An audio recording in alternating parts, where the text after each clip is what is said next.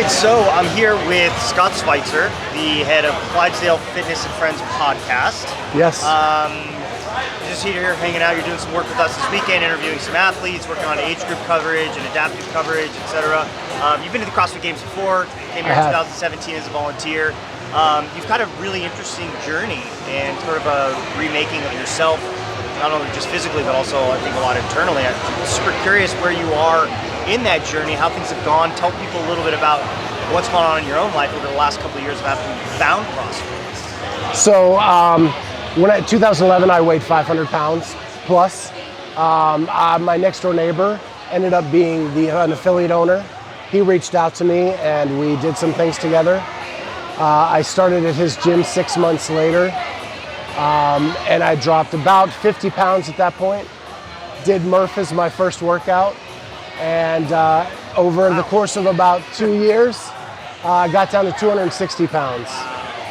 Wow. Things were going really well, and then I injured my back, set me back, and sent me into a depression, which I gained weight back, and now I'm trying to come back for the second time with that. And I'm working with a nutrition coach. I'm back in CrossFit 4 days a week, and down 55 pounds now, and much better and much happier mentally as well. Wow, that's a very difficult journey to sort of see that success sort of wiped out a little bit and having to go through an injury. And what was the recovery process like for you? Just physically, the recovery process. How long did that take? So the back injury was tough.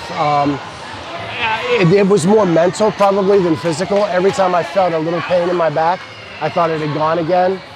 So it set me back a little bit. And then I actually started going to counseling and working with the mental side as well as the physical side. And that's where it really turned over. Do you think CrossFit, the physical aspect of CrossFit, the community aspect of CrossFit has served sort of to help in the emotional side? Do you think that that's helped your trajectory and change the way you've been able to sort of rehabilitate and to continue to grow? Definitely. Most of my friends are from the CrossFit community. The people I reached out to for help are all from the CrossFit community. So that helped me tremendously.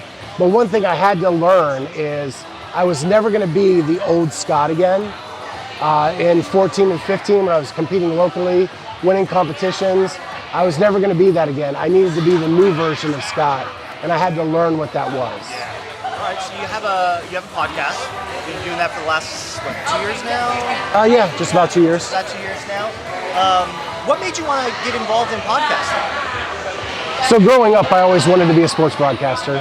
I think a lot of young boys want to do that. Somehow I got off track into the business world, ended up working in government, and part of my rebirth mentally was I need to start doing what I love, not just to pay the bills, and so that's why I started the podcast. How's that been going? It's been going really well. I love it. It's my passion. When I'm not at my real job, all I think about is my podcast and how I can make it better. Yeah, that's cool. So, and I can certainly understand that.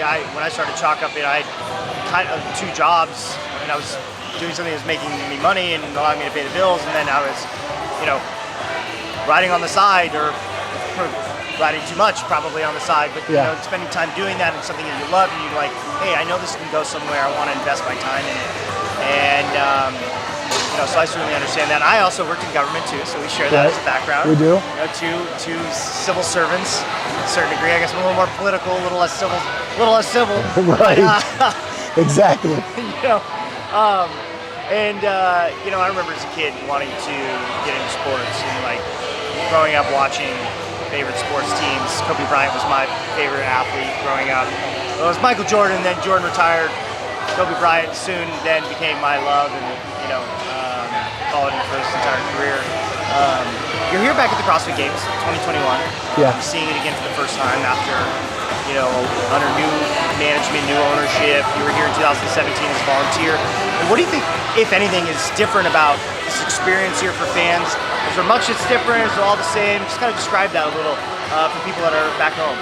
So the first time I was here was 2017. It was the first year in Madison. I think the layout is better now. They had the O course, which took half of the seating for the outdoor park. And I think Vendor Village is more accessible now. I think they've done a lot to be more fan friendly than there was in 2017. And I've been to the semifinals this year. I think the crowds are building over the semifinals. I was at MAC, Granite Games, and then West Coast Classic. And they built and built, and I think we're a little bit bigger now. We're not where we were in 17, which is a little bit sad, but we'll see what happens this weekend. Well, it's still COVID. There's, a lot of folks who either aren't traveling or maybe they haven't really had an opportunity to take a vacation. They're not going to take their only vacation here at the CrossFit Games. Spend that money and that time doing something else. I think there's a lot of factors at play for crowd size. We'll see. Friday, Saturday, Sunday are usually like significantly bigger days because most people don't take off midweek just to come here, especially if you're going to be flying and you're taking a lot of time off. It's very expensive to come here and stay at a hotel. You were telling me earlier, right before we started the cameras, that we had a tornado warning last night for those who were not paying attention to other folks' Instagram accounts. And you were staying at a hotel and you had water coming into through your window. Yes. Through our closed window. Right. And describe that. What was going on, and what time of the night was that? So I think it was a little after midnight. The sirens went off. They got stuck. So it stayed at one pitch for a good long time, and then it picked back up again. And then I was watching the storm out the window, and the rain actually forced its way through the closed window into our room. So I had to move all the stuff away from the window so that it wasn't soaked this morning. Wow, okay, so unknown and unknowable. Yeah. Welcome to the CrossFit Games, where even the fans get to get involved to a certain extent. I was sleeping in the Coliseum last night, and then they woke everybody up and then moved them into the hallway because of the tornado warning. They didn't want anything crashing down from above, if something were to happen. So we all got a nice little taste of the storm last night. So you work out, if I'm not mistaken, at Kristi Eramo O'Connell's gym, right? Correct. And I'm curious. There are not a lot of games athletes that own gyms anymore. It used to be very common that you were passionate about it. You were also obviously extremely fit, extremely talented. You competed in it. You owned a gym. You were like the full soup to nuts sort of CrossFitter, right? And there aren't a lot of games athletes that own gyms anymore. I'm curious for fans back at home, what is that experience like? That she's training all the time. Does she coach? Does she do regular classes? Is she always gone, always there? Or how does that look as a games athlete who's literally right now fourth place after 4 events day 1? Right. So I think people would be surprised. She is very active in the gym. And for those who don't know, it's a family business. Her mother actually started the gym, and she is a games athlete herself. That's right. Yep. And so, combo. So she started the gym, and then Kristi and her husband took over. Kristi coaches classes throughout the week. It's not every class. Her husband Patrick coaches classes as well. They do all the programming for the gym, and they're very active. They do a lot of events for the community, and they're always at those events. They're very active in the gym. Do you ever, and this is, I think, a question that would probably speak to maybe more non-CrossFitters than CrossFitters. Walking into a gym can be extremely intimidating for somebody who's overweight or maybe has a disability. Folks that have been overweight have been laughed at gyms their entire lives. Yes.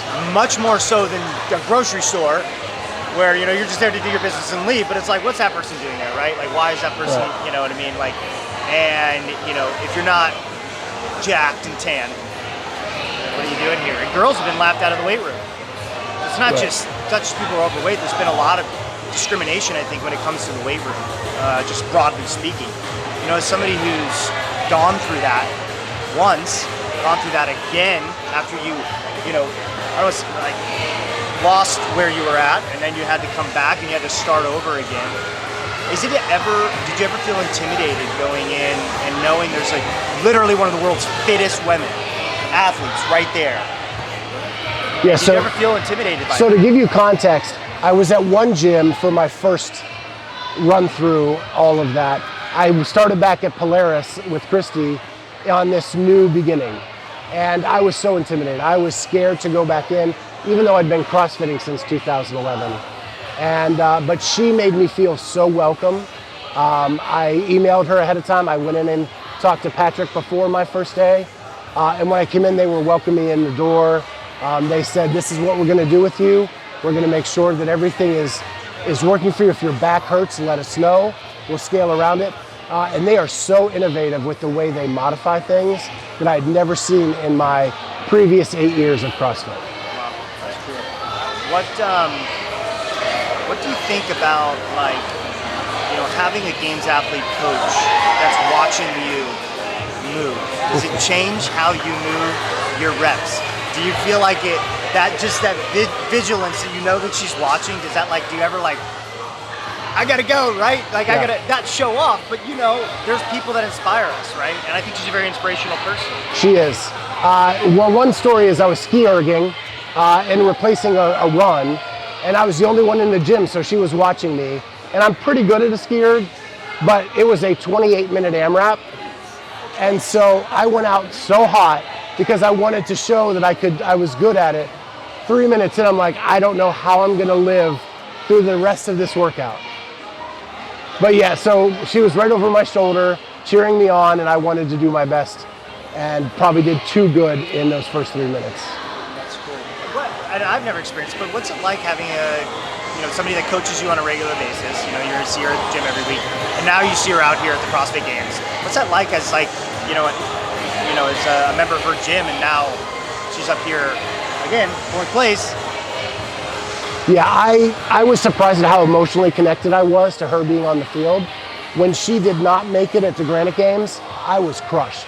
And I did not think I would be that emotionally involved. But she has helped me so much in my life. I just wanted the best for her.